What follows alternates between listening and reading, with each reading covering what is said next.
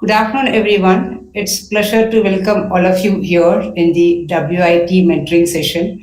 Today, I have a fantastic leader in front of me where I'm going to introduce Sugandha Kanteshwaran.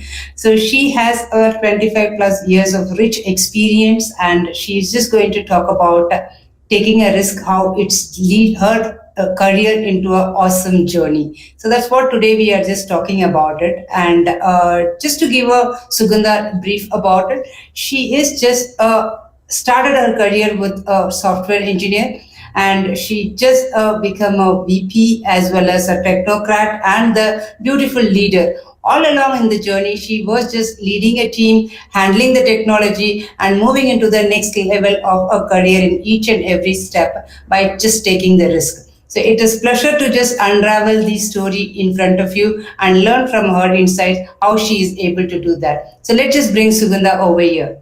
Thanks for the introduction.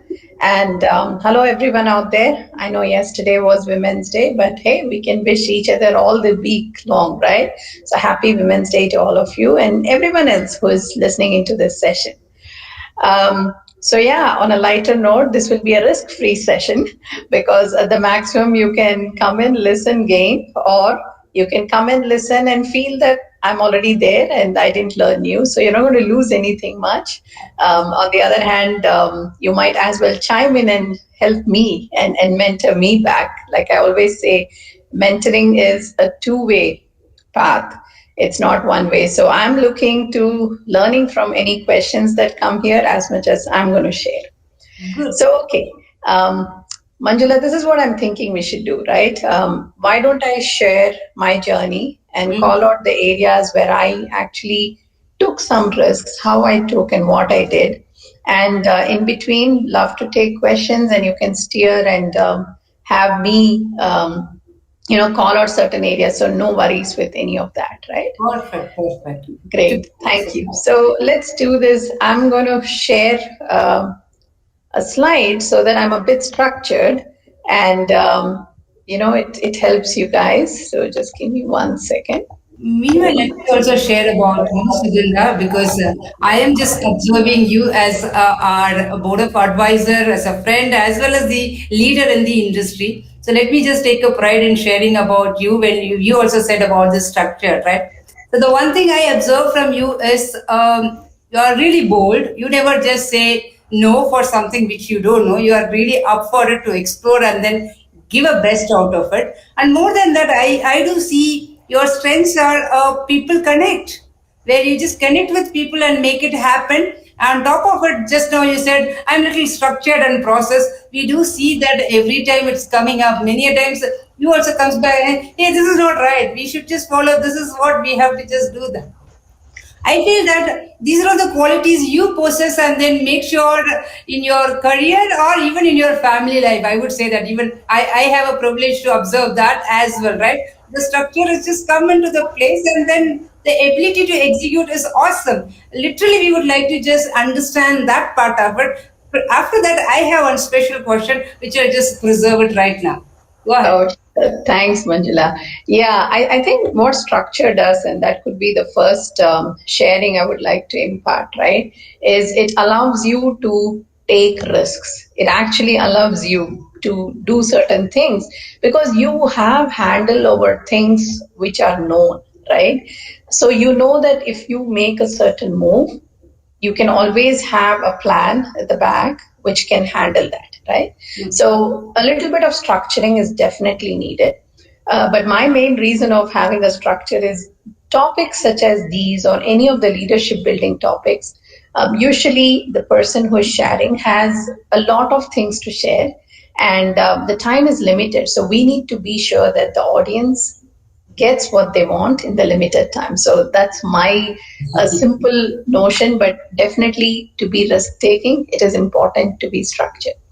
So let's see. What was my journey like? I hope you all can see the slide. I can actually choose to go in presentation mode. Manjula, are you able to see this? Able to see it as little smaller. If you can put it in a presentation mode, it will just become better. Okay, I actually did that, but I think I have to share it from the. Just give me a second. Regular view and zoom it to a larger one, Yeah, probably. I got it now. Perfect. Now is it okay? Yes, much better. Perfect. So, as you all can see, my journey started with IT and programming and technology way back. It was eighth grade. And I should say the whole risk thing started right then. I think it was a chance or a risk that my father was taking. Um, and I thank him and cherish for a lot because with the limited financial platform that we had at that time, it was a choice to make. You know, those days, this course, it was expensive. Is it worth taking? Because computers back as a mainstream, software engineering as a mainstream hadn't made into India at that time, right? It was the passion, and it was something that only a niche community in research perhaps in India would do, but a lot of the other nations had actually adopted it. So it was a risk that we started right then in my eighth grade when we decided I will go for this certification programming in basic, right? So I think my risk taking journey started right then. And then, of course, the passion for IT technology all developed. I had decided to be an engineer. I had three options in my mind. Wanted to do aeronautics or architecture or computer science. So I had three. I got the computer science one, so I happily took that and graduated very well. And this is what happened at the end. So there was campus interview. I got an opportunity, but my father was getting transferred. And though he was someone who allowed and liked me to be independent, I think the parental instinct crept in and he was like, hey, do you want to give a shot in finding a job in Delhi? Right? And I sat back and I thought, why not? Another risk to take. I had an opportunity in Chennai, but I'm like, okay, fine, let me go hunt in Delhi. If at all I don't get it, I have a backup that I'm going to fall on, right? So I went to Delhi. I actually went and joined a startup in Delhi. So again, this is about 26 years back now that I'm talking. And in fact, that's the first risk, I would say, joining a startup. And then what followed is what you see over here. Met my husband, got married, did stuff. The reason I'm reserving some of these is I'll show you those were my risk taking areas, right? So I'll call those out. Then I went to the US. Then I started off on a very nice career with another startup in US, and then IBM bought us. So joined IBM. Then we had a baby, a little girl come into our lives, and a lot of learning along the way. How do you integrate work and your ambitions, and also enjoy your family life, right? So a lot of those learnings came in, and flexibility definitely was important to keep your brain calm and cool. So did all of those, and then moved back into some of the new areas of work, right? Like when on-prem stepped into as a service and cloud, so moved into those kind of work. Then again took a chance, took up a role of executive apprentice. It's a great learning platform that IBM provides, but it meant I had to relocate to US for that role. Again, sit with the family, take a decision, go to the US, finish that, and you get so lucky you get appointed back to where you want in India, right? And came in, took on the role of transforming an enterprise, to look at automation as, in a code way, in a DevOps way. And then ran into some personal issues with both my father's side and then my in-laws side, trying to help them with their health issues that they were facing.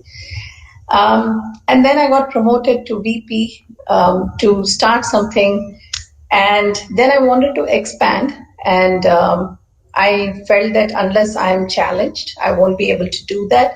So I took a very hard decision of leaving a company I loved working for, and then take on certain things which I have been wanting to do for many years. So one was to work with Manjula on her board of advisors for her second innings, and second as a tech advisor for WiT Ace. So the platform that you all experience on WiT Ace is going to really help scale how we want to achieve the business goals of WiT Ace. So doing these two, was something I gave more time, and I'm looking out for opportunities as well because there are things I want to do, and that's what I'm looking at. So this has been my journey, a lot of learning, and what you see in between, right? You see going hands on, eagerness to learn, problem solving. These were the attributes that I kept honing on and amplifying them based on the context that I was working in. And the one thing that we're going to focus on is the big one, the topic of this session, which is the risk taking, right?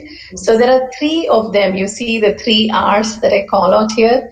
I'm going to share my experiences of Okay. risk taking with these three examples. Hopefully you're able to resonate. Hopefully they help you. And I love to hear from you. Maybe you can give me an idea of maybe you could have tried something like this, right? So I can remember that for next time too. So risk taking was there, and you saw that it is something which is very important, and why we should do it and how we should do it is also important, right? So why should we do it? It will definitely come out when I share my stories, and how I did it will also show, and then I'll summarize it for all of you. Okay. Right. Yeah, so Um, Sugandha, yeah. just Yeah. to drive a point of what you just shared here was really resonating with what you have just said and then able to see that visualize in the pictorial format as well. So while you are going to tell us about more about it, there are two, three pointers I would like to ask for myself as well to know what it is all about, right? So one thing is about in the career journey, what you just did right from the beginning to now, you were taking risk. But I'm sure, for example, the IBM seems to be a 20 years of journey, which we are just seeing about it, right? And being both are the ex-IBMers, we are able to correlate. This is the company where we love to do about it. But even there, you would have just got an option to just say that, hey, don't do it. This is the way you should be doing. So there is a guidance would have been given and not allow you to take that risk part of it. That is the one B. I would like to hear from you. How did you manage that when you just hear about that? That was the one part of it.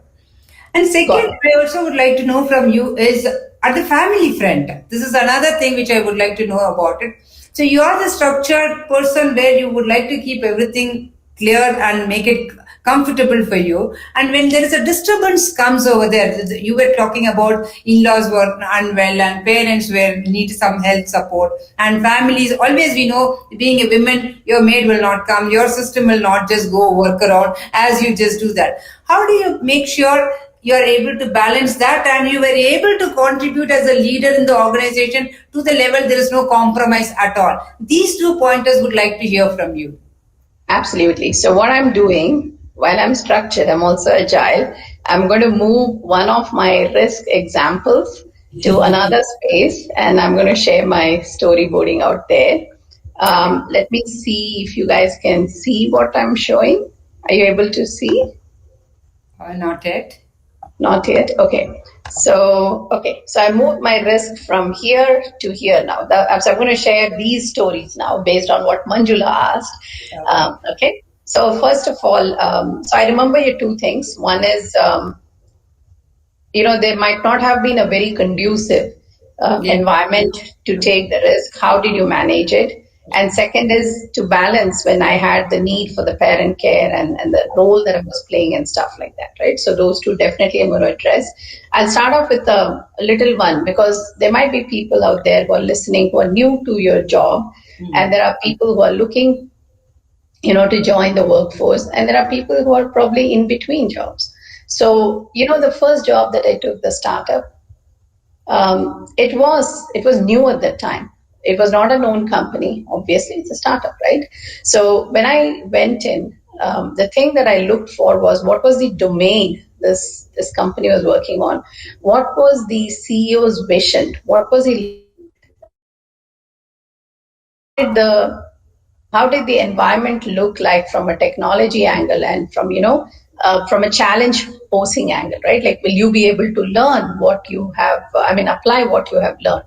So remember, it's a risk you're taking because it's usually out of college, we like to go to those really, big banner companies and stuff like that. It gives you a grounded start and all that, right? But here I am, and that office was actually in the basement of the CEO's house. And but the homework I did was, what was the domain we are working on? What is your plan? So imagine this: I'm out of college and I'm asking, what is your roadmap? What would you do after this? Because I'm trying to know, okay, how does it work? And then, of course, I ask about the compensation, Wow. right? Yeah. So I asked all these three questions, and I'm like, okay, I'm going in for this. All three are aligning well, so I'm going in for this, and I will see how it unfolds. So I Wow. go in, and trust me, I did all kinds of things there. I'm reverse engineering code. I'm putting out an architecture for an entire end-to-end courier system based on the code. So I'm reverse engineering and drawing up the architecture and showing how it looks and what we can actually do a change with OCR and stuff like that, right? So this is my first year after this. Now what happens? I've done this for like almost 9 or 10 months. And then I'm like, okay, I have done these things. I have delivered this bit. What can I do as an adjacency in the same company, right?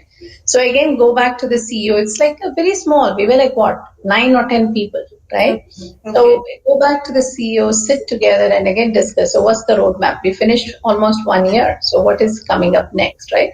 So the CEO lays out the plan. The good part is he's so transparent. Mm. He clearly lays out, this is what I'm planning to do.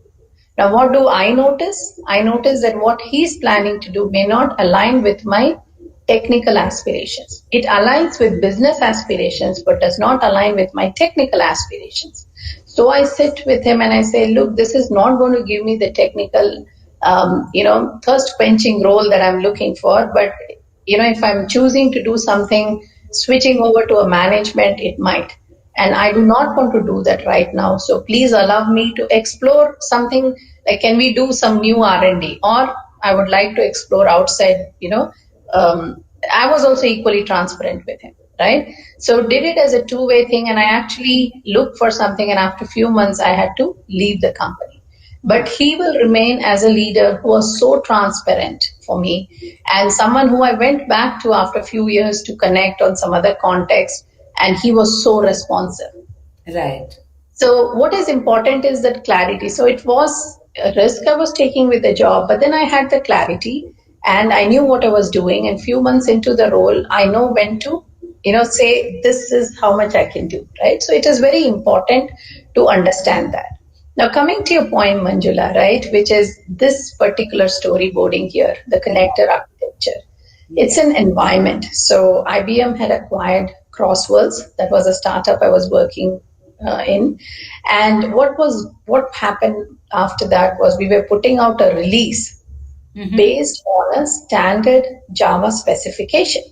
Okay. Now, the standard Java specification was not yet released. The final version was not there. People were working on the pre-final versions. And here we are, where we had lined up an entire release cycle with the assumption that the specs would be out at certain time frame. Mm. Now, as we go into, those days it was not the agile, we followed the waterfall method. And as we went into the second month, we realized that the specs are going to be churning, it is going to take time. Mm-hmm. Now, as a first line manager, I had some choices.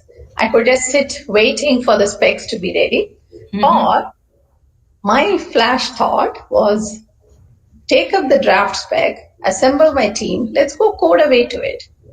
And let's see how it actually will operate in the bigger scheme of things. Because what we are developing is a capability which is going to sit at the edge, but then you have this middle portion which is going to connect through this edge. So why don't we build to the pre-final version? Let us see that this integration looks as what it is designed for, right? But that would mean that we are going to throw away the code once the final version is here, because you never know what changes are going to come in there. Absolutely. Now that is a risk to take. There are pros, there are cons. Pros are if the team that when I was trying to do this, I brought them together. We said we can do it. So I was taking the story to my upper management to say why we should do it, right? Mm-hmm. Pros, the team is ready to do it. They are ready to learn. They believe that the learning to code to this pre-final version will help them accelerate the delivery once the final version of the spec is out. So pros, there's more pros. The con was you're going to spend this time building this code, or what would you do with the team? Right? So with this storyboarding, I went to the upper management and I said, I only see advantage in it because it's going to allow us to integration test the scenario even before, right? So that we know that when we put in the final version, the bigger module with the small, with the edge will work and it's not going to break because this edge is very important as an entry and exit point. So True. upper management saw value. We took the chance, and the true story, and there are so many folks who are testimonial to it, is we actually threw away some code. We could retain some code, and as a result, we released two edge components at the time of the release itself. True. So final spec, we had like what hardly 5 weeks, but we could do all of this. And the integration test suite folks had their test cases ready based on what we built before. Because remember, integration test is usually the bigger picture story, Right. right? So they Right. knew how to do that. So that is a risk we took. But it is a you do a calculation, you know what will fail, what will work, what resources will consume. So that is how we went and did that. Awesome. So that environment, Manjula, to your point, right? It was not an environment where, yeah, everything was there and, it was so friendly that take a risk. But when you put the story out, you believe in it, your team believes in it, and your upper management believes in it. It's very important to bring that clarity and show a plan. If this doesn't work, what to do, right? Right. So that's one of the questions you asked. Now, the other Absolutely. question you asked was how do we actually integrate, the risks and the changes when it comes to both your personal as well as your work coming in picture. True. So there were few examples. Like I would always talk about this one, the period where I took my entire family and we went to the US for a year, and then we came back. Or I can right away take over here, wherein it was a new business I was starting and we were working on it, and it so happens, you know, things how they work are never in your hand. My father gets diagnosed with cancer. Now there's a business to run. My child was in like what fourth grade or third grade? I'm fourth grade, I think. Mm-hmm. And then my father is not well, and I'm the only child in India Hmm. at that time, right? So the way we did is sit with the family. The only way it works is when you bring your ecosystem together to actually make it work. Otherwise, it never is going to work for you. And the ecosystem involved sitting with my husband. It also involved sitting with my domestic help. It involved with my team, right? And also involved my own parents because it was important to tell my parents that I will spend this much time with you. My husband would spend this much time. We will shuttle. But this is how we are going to take care of you until you become stable so that we can shift you over to our place, right? Because he was not in a position to even be relocated to where I live, right? Mm-hmm. So that is a chance you're taking, and you know that you will be doing all this at the risk of certain things. Maybe there will be an opportunity coming by at work that I'm going to say no to. Maybe my husband is going to say a no to an opportunity that is coming to him, right? Will my daughter miss couple of her, engagements with her friends? See, at third grade, fourth grade, certain things are important for the child, right? True. And a lot of these things you look at, but you accept. You think of a plan B, and you accept, and you go ahead with it with a clear, flexible mind. So, first of all, your mind has to be clear. There should True. not be any additional baggage, then you won't take good decisions. Secondly, flexibility has to be there because things are not in your hand. So when I am traveling, say, and I'm getting this medical treatment done for my father, who knows, some other complication can rise up at that time, Absolutely. right? Right. And the other thing is something critical at work will come up. How do you manage that? So it has happened actually for me that there was this doctor appointment and there was something critical that's coming up. Now I sensed it, right? I can sense it because you're working the previous night and you know that something is going to happen. You can sense it, and then you plan little bit for it. Like you reach out to your team members and say, "Hey, stay on call. I think this might crop up as an issue, and I will call you. Take care of it for just 2 3 hours because I need to take my father for this. When I'm back in control, right?" So even though you're the leader of an organization, the tone you set, the path you set with that kind of a view matters. And that kind of shows that I'm taking a chance, but I know how to mitigate and how to help, right? True. So that is how this particular situation we managed. And as things go with us, right, which is not very easy, same time, my father in law had a stroke. So Oh, my husband had to go tend to him, and then it so happened that I said, "You take care of that." Luckily, his sister lives where they live, so they all could manage it. And my job was doing my job at work and taking care of my daughter at home and making sure both are running properly, right? So one helping hand less when my husband was traveling to take care of his father. But that is, you plan it, you sit, and you know what you would say no to and what you would say yes to, and you manage. So it is about planning it out and really taking the decision, and really understanding. So that's the planning part, Manjula, to your question on how you really awesome. integrate. It Awesome. has, yeah, open-mindedness. The risk over here is slightly less when compared to the risk I would talk about in this role, right? Which was again a personal decision to take, wherein you're relocating to another country as a family. You do not know where you'll be posted after that, right? Right. It is a risk because you can either come back to your country or you may be posted to some other country. But that is where you take the chance or the risk that wherever you go, there is a goal you're going with. And as long as we are clear with that, we just sail along, right? Absolutely. So that is not an easy one to do. But luckily for me, again, the ecosystem played over there and the clarity and the conviction I show. So it is one thing to always say we should have the support system and all, but it is another thing to show your conviction. It is True. very important to put your first step forward and say that, even in your family discussions, I think I will do well in this role and I can manage our personal side this way. What do you think you will be able to do so that we can sail along? Absolutely. Right? Unless you show your conviction, unless you show what you are up to, because even you have to make some sacrifices when you want something in your career, you may have to let go of something on your personal side temporarily, at least until you settle, right? And we all should be prepared for that. And unless we put the first step forward, simply expecting an ecosystem to come and help you won't happen. So Absolutely. I think I'm going to pause at this point because I wanted to share these, experiences that I have had. But I thought I'll make it interactive at this Yeah, time.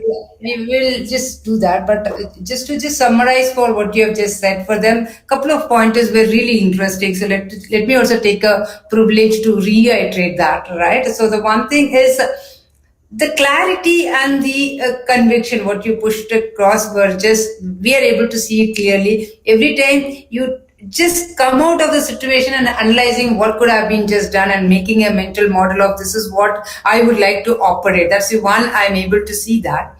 On top of it, the other two parameters, if I can just look at that, what is really playing well is in this scenarios, the kind of stakeholder communication and the ecosystem Yes. where you're just adding that, right? Where you're just saying everybody is part of it. It's nothing that we need to just miss each other. We all together and we will just sail through that. And this is how we can just do that. Feel free to share your feedback if at all we are missing anything. So going with that thought process and then sharing that and gives the clarity for all of us to know what to do, what not to do, and bringing that ecosystem. So that is where I am able to see that. You're just doing it even right from the beginning, even the earlier career where you were able to talk about it. Went through the boss and said, "What are you just up to? Tell us. Show me the roadmap. What am I going to get out of it? Is this something energizes me to just get into that?" The moment you just see that again, there is a transparency. You're building that. No, this is not something I'm looking for. this seems to be a business aspiration, but what I just looking for a technical aspiration for me to just grow about it. So this was a really a good insights for all of us to look at that, because when you're growing in the career, you are going to see that day in day out, both in the career side and the home front. Yeah. Having this is really playing a good show, and it's also good learnings. Thanks for sharing that. Thank you, thank you. But yeah, and I must qualify that everything comes through lot of thinking, guys, and you will not succeed all the time. You will make those tiny mistakes, but you correct, go. But you should be very open about it. I don't think it was just said for fun that failures are stepping stones to success. I think they are great stepping stones to learning. That's how I put it these days. Yeah, yeah, Failure teaches a good lesson for us. yeah, yeah. So yeah, so let's hear any questions folks have. Let's just so people are inspired by your journey. It's really thankful for just sharing that to Sugandha. I'm able to see that. Yeah, Right. thanks. Yeah. I don't know if people know they can type out their questions and I'll be able to answer them. Yes. So let's also just once more reiterate to the audience as well. Feel free to make it interactive. We are here to just get the best from Sugandha to just learn. So just feel free to ask any question. It doesn't matter. At least we will just ask her and figure it out what is her response is just going to be. Make that, and we would be happy. So while we are just waiting for the question, probably we'll just get into your next one, what you have just kept it for us to just share about it. So let's just go through it. Why, definitely. So one thing that I wanted to do was I said, why should you not be risk averse, right? And but then how do you really get into that groove? So looking back at what I have done, I just thought I could summarize it for you.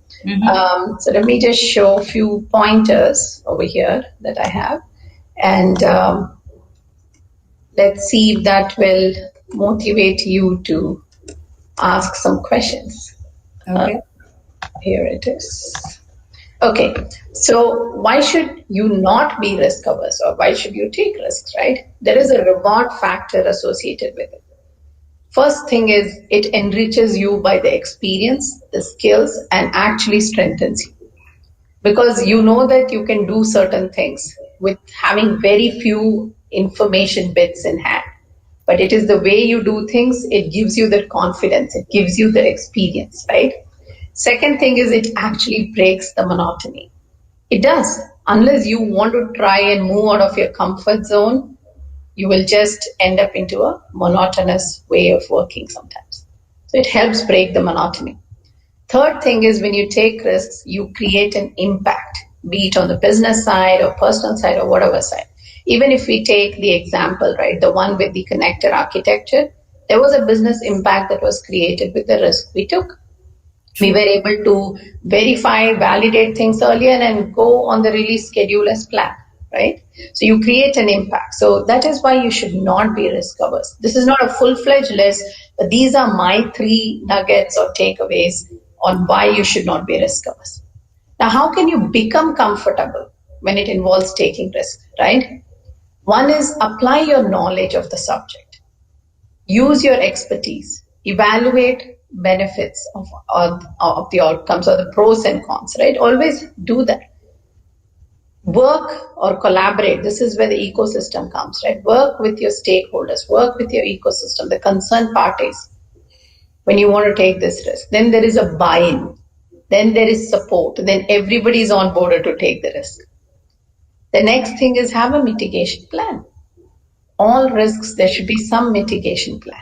It cannot be that you have an open-ended risk-taking approach because then you don't know how to come out of it, right?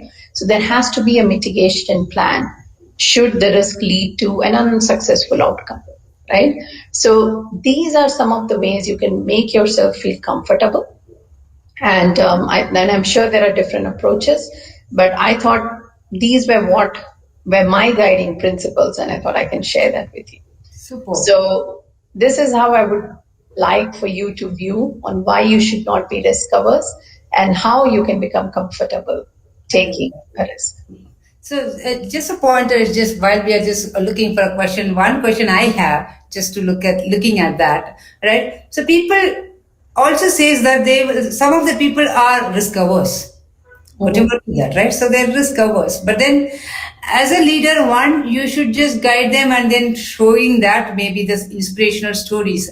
But did you have anybody in the both scenario you would like to know from your leader perspective where you just got the mentoring or your bosses, whoever it is, did you have the chance of working with a risk averse leader as well as a risk pro leader? So if those things, how was that your experience on that handling them? Sure. No, that's a very, very valid question and practical, right? So, risk pro leader, we already saw Yes, that yeah. example, right? Risk averse leader, sometimes it will not come across as I am risk averse. Mm. Sometimes it will always be presented to you as, the business might not align with this and maybe it will not work. So when it comes to that, I think what is important is to see your goal is not to go and create a name or fame for you. That is not the reason you're taking the risk is because there's a business impact you're trying to build. So when you have that objective in mind, then you actually start looking at okay, so sitting with the leader and explaining that if we do this, this is the business impact. If we don't do this, this is how back we go in the business. So if you believe the business will not align, can we work together to show a sample to our leader, right? That is the only way you can make it happen. And I think during one of my last roles, those are the baby step approach we took because it's not because the leader doesn't want to take the risk, but it's because they may have 10 things. For you, it is that one thing. And how much time can they give? So when you go with the baby step or the small nugget approach and show that there is a return on investment or an outcome, then it works. So I think when you have a leader who is not openly coming and demonstrating risk support, it's important to understand what might be the underlying reason. Is it the business goal? And then see how you can tune your storyboarding to that. True. That was valid point, right? Sometimes the leader whom you are talking, they have a 10 priority thing. For you, it is that's the priority. When you're mapping the nugget format, it just really helps just to go with that and showcase that. That's a good learning about it. So now, other thing to tweak when your team member is not like that. There's a question. Yeah, there's a question in the Q&A, so let me read it out. How Yeah. to fuel risk-taking nature in professional front, in spite, I guess, of the fear of not giving enough at personal front. I think, Hema, this is a very, very important question, right? And this is where I think when you kind of know when you're going to take a plunge or a risk and all of that, right? You know that actually in your mind. And that time it is important to look at your circumstances, okay? And to look at the ecosystem that I mentioned to you. Because any given day, I will say it's always a teamwork that makes everybody successful, right? And how much you bring to the table matters a lot. So, how do you do this?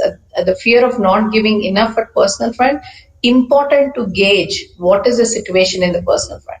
See, BAU, take the risk, but hey, there are bad days. All of a sudden, you may fall sick. That's your personal front. All of a sudden, maybe a family member falls sick, but those all are a given that you should take care of. But say if somebody is having a perpetual problem on your personal front and you are the one person who can solve it, then in that case to continuously just put your thoughts forward may not be a right thing, because maybe it is important to bring your A game to the personal front, see if you can solve it, and then go and take the next challenge for you. Because there's so much time left in your hand. The whole life is there ahead of you, right? So I think that is the way you should look at. Again, over here, you will be gauging, how much of balance is there or integration is there, and you will take the risk. And you definitely need a buy-in from the ecosystem. If you're taking something which will, say, either be heavy on your time or is going to be heavy on your energy sometimes, or is going to be heavy on not the duration of time, but the timeliness, like 3 to 4, you are locked with certain kind of an activity. Those kind of things have to be worked out. And I think when you see through some of those, you can always plan. And when you're not, your family comes to your help because of the trust and the foundation root that you have, right? That's how it works. So that's how you can actually take risk on the professional front. Awesome. Thanks for the insight, Sugandha. That was really awesome. Good. Fine. So now, is there any questions? I'm unable to see that. Are you able to see? Uh, Is there any other questions? no, I don't see. That was the one I saw. Oh, okay, fine. Yeah, so I was just checking about it. Now we have very young people also watching about your video to talk about it. As a leader, how do you encourage to take that baby steps in spite of these challenges, whatever we are just going through? Because now with the pandemic, it's just even more tough for people to just plan everything ahead because kids' school starts coming at a time and work from home is just happening over there. But in spite of that, this is the spirit where it's going to lead them the success and the new path, breaking the monotony and seeing the new excitement path. What is your suggestion and thoughts to just make it happen? Yeah, no, that is so true. I think the way every one of us looked at the pandemic was different, but the experience sharing taught us all, right? So for me, I'll tell you the first 3 months where we had no help coming in, right? When the severe lockdown was there or the strict lockdown was there, I called it like a period of penance, actually. The reason being, you had your office work, you had your homework, you were actually cut off from social life in a physical manner, but virtually it was not there, right? So, what happens with that kind of a thing is it's how you take the mindset. I called it a penance phase where I was actually shut off from the materialistic world which was out there on the road. But here I am, I'm having a clockwork kind of work that was going on. And then my housework. But then what I also learned was you can easily get burnt. So the awareness and to actually look at it as an opportunity to structure yourself, but then I had a team to also watch for. And how do you really fuel your business and think of new models to help, right? Because your customers are going through the same thing, right? So the excitement in this was there was a new model that was emerging. Everybody is talking virtually. Their business models are changing. How can I understand what their business model is so that the solution that I provide will help them? So that was the exciting part, right? But for the first, I think 3 to 4 months, all of us were more under the observation part and adjusting part, having the fear and everything, right? But I think balancing through them is important, and then to see the new light after the 3 months of that penance and fear and everything, I think what dawned on me was this is going to turn into an entirely new business model. It is going to open up avenues where we are going to do things very differently, right? Where, for example, the online platforms took a lot of preference. Now, online, we have all done shopping in a certain way. Now, our expectations of online shopping is changing. You want to have an experience which is very different now. So while they give you comparison, they give you people review, you're noticing that this is not enough for me. I actually need some more information before I make this decision, right? So the needs, the whole requirement, the perspective of how you do things online change. So that certainly brings in you and your mind that there are new ways of working, so new ways of offering business goals, and new challenges in front of you. So Absolutely. it's the way you look at it and how you quickly understand and accept. I think it comes down to your qualities of adaptability and accepting, right? And that's what it comes to. Yeah, Yeah, allow yourself and then just rethink and then come out of a new model, which is just going to be an emerging model. absolutely. Yeah, yeah. Right. I think there's a one more question, if I'm right, just see. Yeah, it says, what do you suggest to people on how one can move ahead on their career path? And should one discuss this with the manager for new positions? And okay, this is a very good question. I'm glad you're asking this because this is one thing I tell to all, tenure experienced folks, right? Whether you just joined a company or already experienced.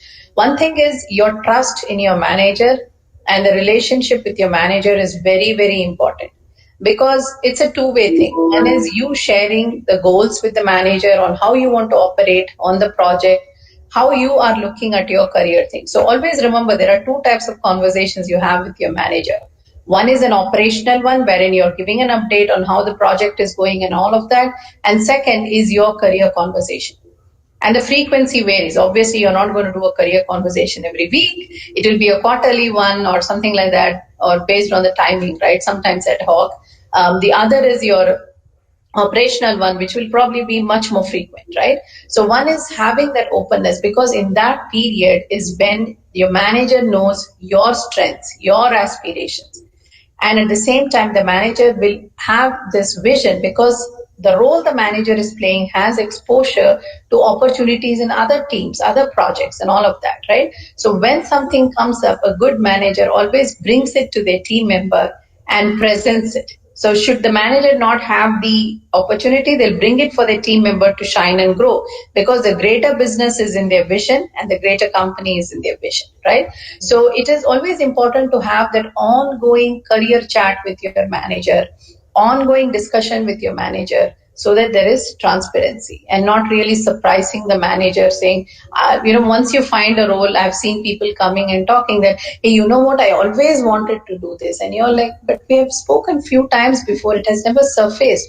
And by the way, you know what, I wanted to bring this into my organization, but because I didn't see you all jumping for that, I said some other person can lead it, right? So that is why it is very important of that trust and transparency. So Ramya, a very valid question. Yes, you should always have a continuous career discussion conversation with the manager, and always give the first opportunity to your manager to react. Trust me, it goes a long way. That's a good insight. Allow the managers to react first. So that was the good part of it. We just that increases the trust as well.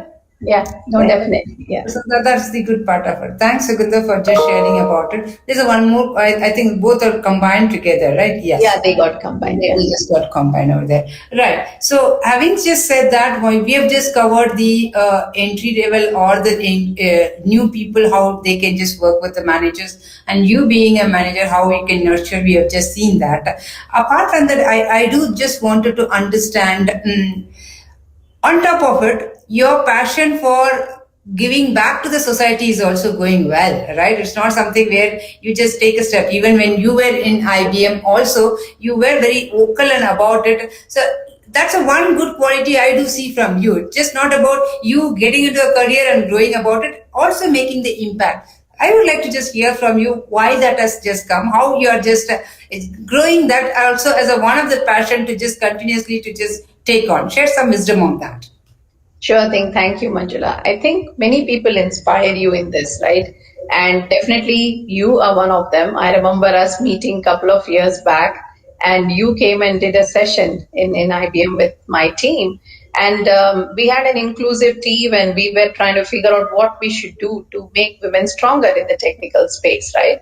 So I think it's because of the ecosystem again. And I should really appreciate the focus that companies like IBM and many other enterprises out there have, which give you the platform. See, it's on one hand your commitment to business and you show what you can do. But when you show that you want to make a change in the community, the company also supports you and gives you that platform, right? So for me, it was a two-way thing that way. And one thing I noticed is when we have more people who are coming out and they're able to achieve their goals, or they at least know they can share their experience and they can learn from others, we can build a bigger workforce. It is one thing about taking inclusive workforce as a business target and say, okay, we should have this people, this many this people. That's one way of doing. That's more like a target driven. Then the other way is to have a very organic approach to it, right? So to have an organic approach, it basically means you go to the roots itself where you start doing stuff, and then you go to certain important stems and branches and you do stuff, right? And I think that is where the whole volunteering aspect and giving back aspect comes. So when I looked at, okay, if I want to see more women in tech, it has to touch all phases, right? It has to go to school, colleges, it has to go at the different tenure levels at work. And also the awareness we should have is, which I always tell people is, people who are go-getters, men, women, whoever, they will find their way. True. All they need is a platform. Like, I should make it aware. So you should also know how you're addressing this talent. As long as I make aware the talent that there is such and such platform, that person will go get it. No worries. Then you have the next set of people who have immense talent, but who are not go-getters, in the sense it's not because they lack a quality. It is just that something is holding them back. right? So for that is where you need to spend more time, because these are people who have talent, who want to do things, but need that little support and nurture, right? And that is where some of the approaches that we have taken as, nurturing, which could be mentoring, which could be job shadowing, which could be doing new novel ways of skill building that brings them out of their comfort zone. Like running hackathons for me is a new way of actually bringing out skills from people, and just getting them out there, right? So that is very important. So for me, the whole thing of giving back was thinking of these ways, being aware, not going and doing the same old thing, because people grow out of it. I still remember when I took up the charter of promoting and nurturing women about 10 years back. All I did was I pulled together all the leaders who were appointed from various teams, and I said, okay, what do you think is important? What should we really go and address as a charter and focus on? And you know what all the women said? They all came and said, hey, a crash, taking care of the child, I think that we all know and we will figure that bit out. What we are lacking, and what I think as an organization we want focus is, I want to be aware of opportunities. I want to know how somebody achieved certain things so that I can borrow from their experiences. I want to have stretch opportunities to go and play. How can you make this available for me? As a common thing, right? So, people are thinking different. So, as someone who wants to bring a change, you may think, okay, for them, the most important thing is a bus and a cab from here to there. But maybe that is not the case anymore, right? Maybe they are like, okay, give me a cab that's a default, but hey, you know what I want? I want Wi-Fi support in the cab because I want to work all my way through. Right. So, the needs are changing and we need to become aware. And that's how the giving back for me becomes again an innovation approach, and it excites me and I look at it that way. Absolutely, but added to that, I think we will also insist one more point. But doing that, it opens the other opportunities for you. Oh, yeah, that's true. Right, that's another beauty of it where we just miss. So one of the point I would like to also insist here along with you would be all the leaders is just not growing in the career is important. Giving back or just doing additional apart from the career, which gives you the experience for you to learn. But of course, it opens up the more doors for us. Be it as a networking or be it as a new opportunities, we never know that. So that's the one thing where. I would like to just learn from you, which is just you are just doing it absolutely on that.